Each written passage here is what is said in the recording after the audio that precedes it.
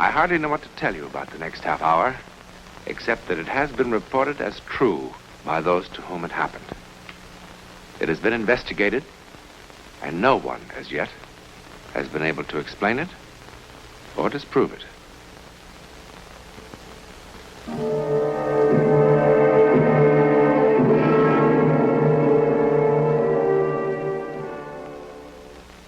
Only a very few moments ago, this was the scene of a tense human drama, played for very high stakes indeed.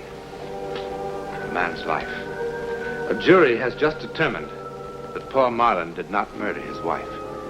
Thus, a sensational murder trial comes to an end. But sometimes, the end is also the beginning. Perhaps if Paul Marlin could have known what lay ahead, he would have preferred being found guilty.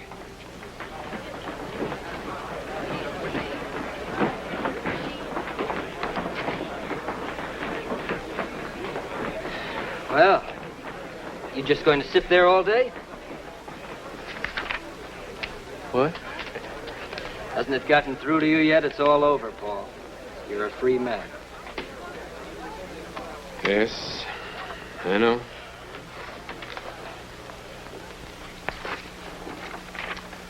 Such enthusiasm. It's not that I expect thanks, Paul. Nobody who charges the kind of fees I do should expect gratitude, too. But I had an idea that you might at least feel relieved. Dan, I'm sorry. I'm just so bone-tired I can hardly feel anything. I didn't even remember to thank you. No, I am relieved, and I'm very grateful, too. You were just wonderful. I'm lucky I had you for my attorney. It's easy to be marvelous when your client is innocent.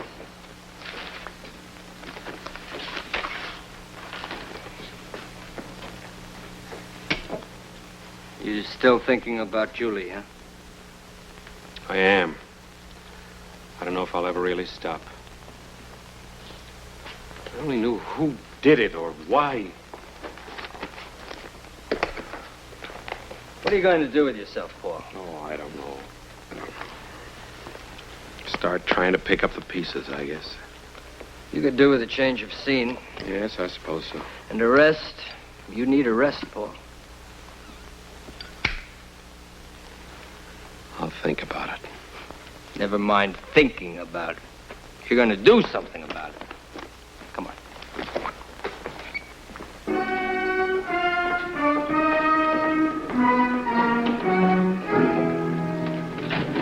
Hey, Martha. My paper would like to know how you feel about being let off. Being let off? Okay. Being found not guilty. Pretty silly question, isn't it? How do you think he feels? Why don't you let your client answer, Counselor? Well, you've gone so far out of your way to twist and distort everything I've said since my wife's death, I see no point in even trying. How about you, Counselor? Do you want me to print no comment also? Or do you have anything to say about the very peculiar shortage of prosecution evidence and witnesses? Not even the district attorney can produce what doesn't exist, Ferris. Is that why the murdered woman's family wasn't even called to testify? Or did you and the DA decide they didn't belong at your private little trial? Now look, Ferris. You know perfectly well I tried to reach a brother in New Zealand. Sure you did. Tried real hard. Yes, we did, but communications to the backcountry of New Zealand are practically non-existent. Uh-huh. Besides, it wouldn't have possibly contributed anything relevant. And you know that, of course, without even asking him. Look, Ferris, what are you trying to build? The trial's over. Your paper got a lot of circulation out of it. Now, why don't you find someone else to pick on? It's just that I believe, along with a lot of people in this town, that Marlin killed his wife in cold blood. Now, wait a minute, For Ferris. money. I'm getting sick and And tired it goes of me this. to see him walking away scot-free. Now, look!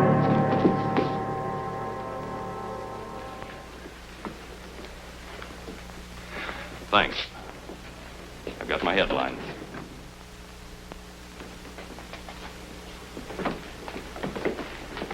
Paul, come on. I want to talk to you. I walked right into his trap. You know your nerves are on edge. All you needed was a push. Look, Dan. No, Now, I wait a want... minute, please. There's something I want to ask you. Now, the things he said about the trial, about the way it was handled. No. Now, you didn't... Paul, it's just as I told you.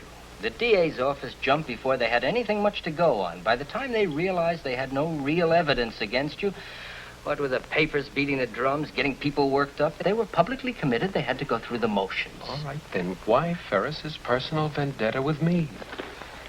Well, he can't possibly believe that I killed Julie, can he? Oh, I doubt if he even cares, one way or the other. But he will go on needling you as long as it means good copy. And so will the rest of the press. Which is just what you want me to avoid. That's why all this talk about going away? Yes. You know, what Ferris said about some people in this town is true. People react emotionally, Paul. They react to cliches. Now, Julie was a lot older than you. You know that. She had a lot of money. And, well, people see too many plots in the movies. You know, they're affected by it. Now, it'd be wise to give the town a chance to cool off. Yourself, you need a rest. And you can get a new perspective on things, come back with a fresh outlook. Is that my lawyer's advice? No. It's your friend's advice, Paul.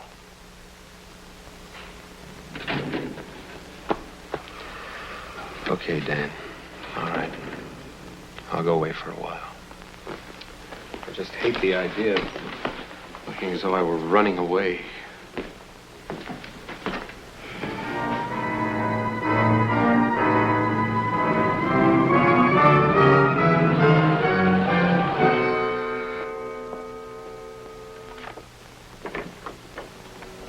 Miss Wyckoff? Yes, Hello. I'm Paul Marlin. I recognize you, Mr. Martin. The hotel phoned. All I have left is a third-floor rear. I'm sure that'll be quite fine, thank you. Well, it'll have to be. This is our season. Yes, so I understand. I'm sure you'll be quite comfortable. Guess I'm lucky to get anything at all.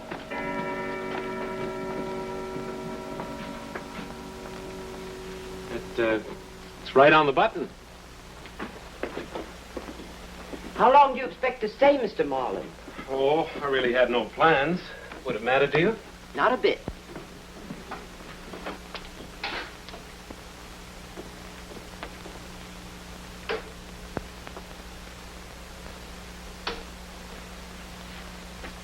Well, Oh, yes, this will be fine. Thank you very much. that'll be $6 a night. Oh, When you leave, I'll have the trunks moved tomorrow. well, they're no trouble.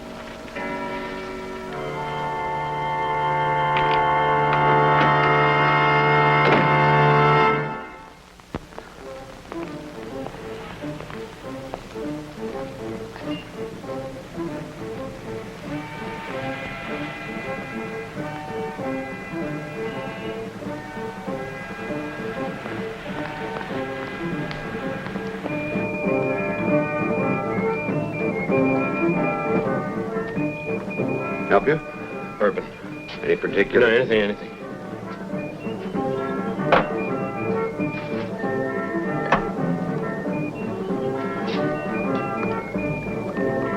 Water or soda?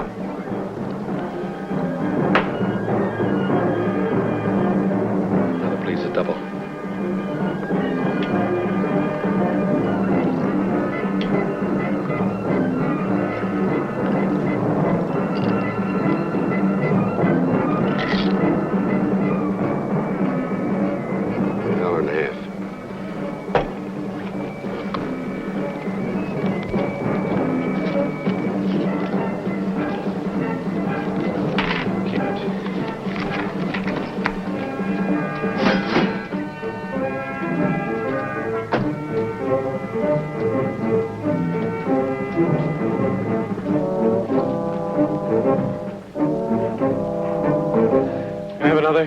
A little water in it this time, please.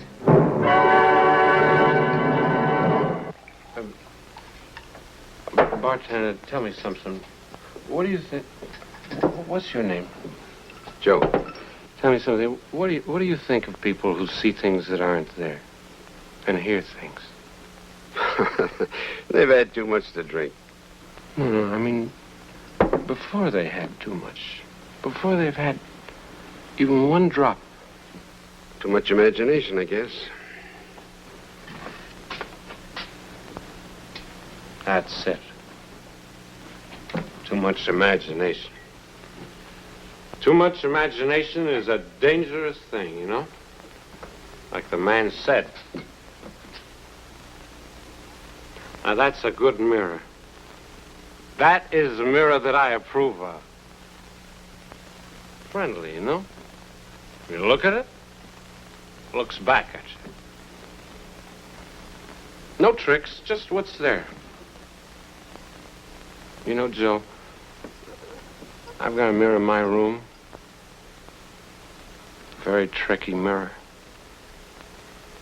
Everything, the whole place is tricky. You can't trust it. I mean, sounds and things that aren't even there. The clock striking the wrong time. Dogs howling like they're supposed to do when somebody dies. Thunder, wind, and lightning after. And you know there was no thunder or lightning tonight. Man came in with a German Luger pistol, and he shot me. Sure. And I didn't even know him. I never saw him before in my life. And I was wide awake. I mean, it's not like a dream. I was wide awake.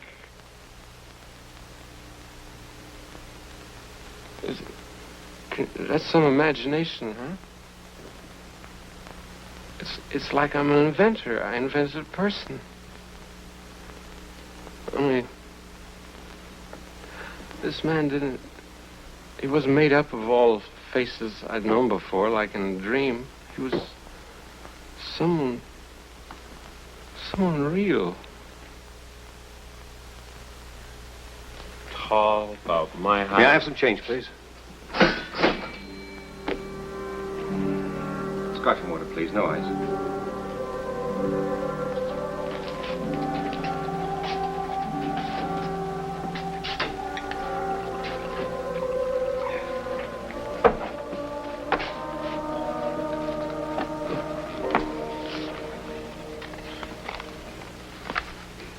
What's this supposed to be? Pardon? £1, Commonwealth of New Zealand. I'm sorry. I've only been in the country a few hours. Takes a while to remember about the currency.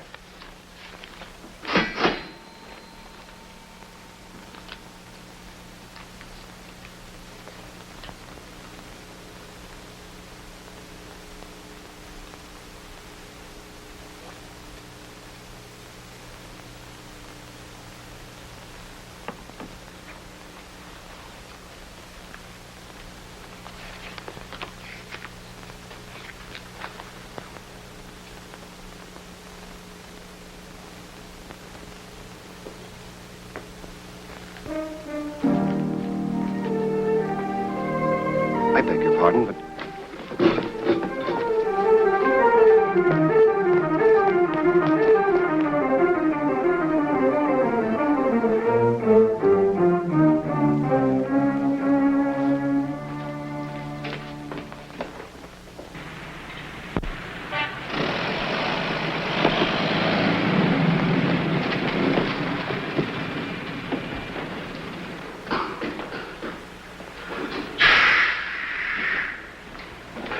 When is the next bus out of here?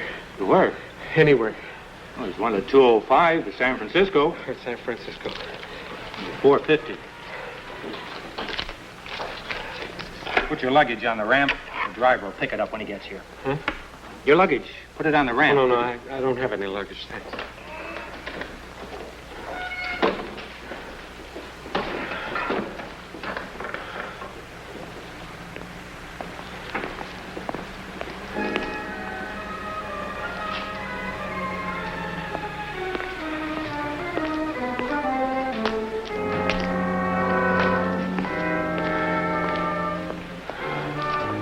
Paul? What do you want? I'm Roger Wiley. Roger Wiley, you are Paul Marlin, aren't you?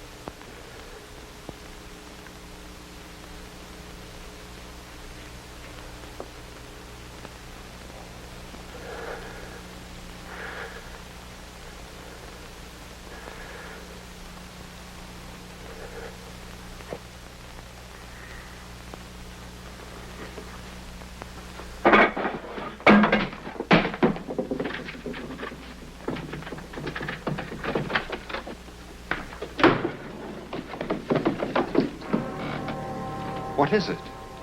Why'd you keep running? I told you I'm Roger Wiley. Julie's brother.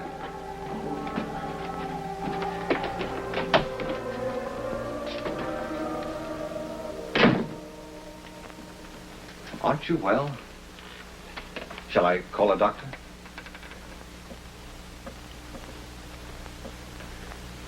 Well, the landlady said it'd be all right if I left my bags here while I went looking for you. I explained who I was. How did you find me? Your solicitor told me where you'd gone. I only landed in San Francisco this afternoon. Well, why did you come here? Julie's estate, for one thing. Then there's the matter of... The gun bother you? I always carry it with me. It's a good thing to have along when you're out on the range for weeks at a time. Are you sure that you're all right? No, I'm fine. I'm fine, really. Sorry, it's just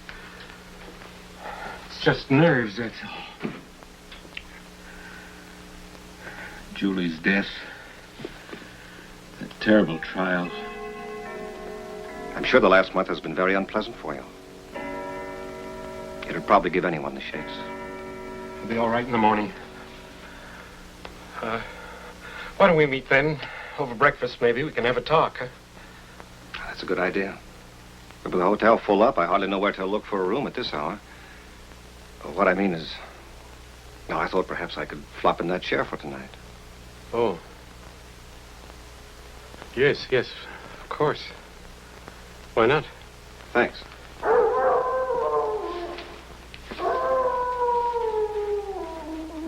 You were saying there was another reason why you came? Oh, yes. I've been out on the range rounding up some beef for shipment.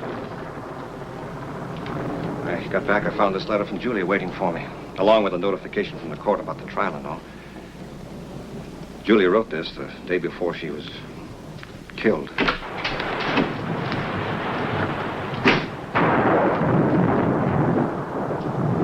Stay away from me.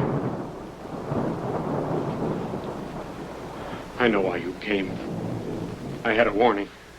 You had what? I know why you're here, and I know why this gun, too. I saw it all happen. Well, I don't know what you're babbling about. You're here to kill me. You read the newspapers, didn't you? You believe what they said, that I killed her, don't you? That I planned the whole thing to make it look like somebody had broken in just to cover up. Paul, listen to me. I don't believe anything of the sort. Why should I? Why are you here? She told you everything in that letter. Paul. She knew everything right from the start, didn't she? I never fooled her, not for 1 minute, I'll bet. Paul, give me the gun. No. You don't realize what you're doing. No, I tell you! I waited too long. I've planned all this too carefully to have it all blow up my face now. I am her heir! I am her sole heir! You killed her. Yes! Yes.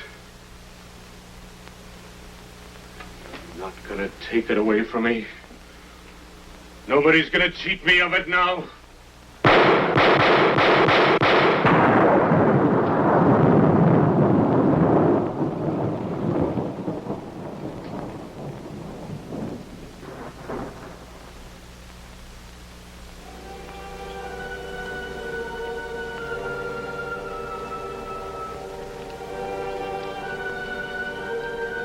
Dearest Roger, I only hope and pray you will believe that the last 6 months have been the happiest of my life. I know how foolish you thought I was to marry a man so much younger. I must confess I had my moments of doubt, too. But Paul loves me, really loves me, Roger. He proves it in 100 ways every day. I've never felt so alive, so wanted. Enough of this, dear brother. I want very much to give Paul something in return for all he's given me. I've decided to immediately transfer all my holdings, real estate, stocks, everything, to his name. And I want it to be a surprise. Naturally, there'll be some complications with those things you and I own together. And as it has been so long since we've seen each other, couldn't you find the time to come to San Francisco? It would be wonderful if you could. Besides, it's high time the two men in my life met and became friends. Julie. Paul Marlin went to the gas chamber insisting that he was the victim of an hallucination that drove him to murder. The only witness he had to support his plea was the bartender. But then bartenders hear so many strange things, don't they? Probably it was Paul's guilty conscience that somehow created the sights and sounds of his own destruction. His conscience was his executioner. In a moment, a program word about next week. If ever there was a place where the ability to see into the future would come in handy, that place would be a racetrack. But ace jockey Ronnie Watson's brush with the supernatural has become one of the great legends of American racing. See for yourself next week.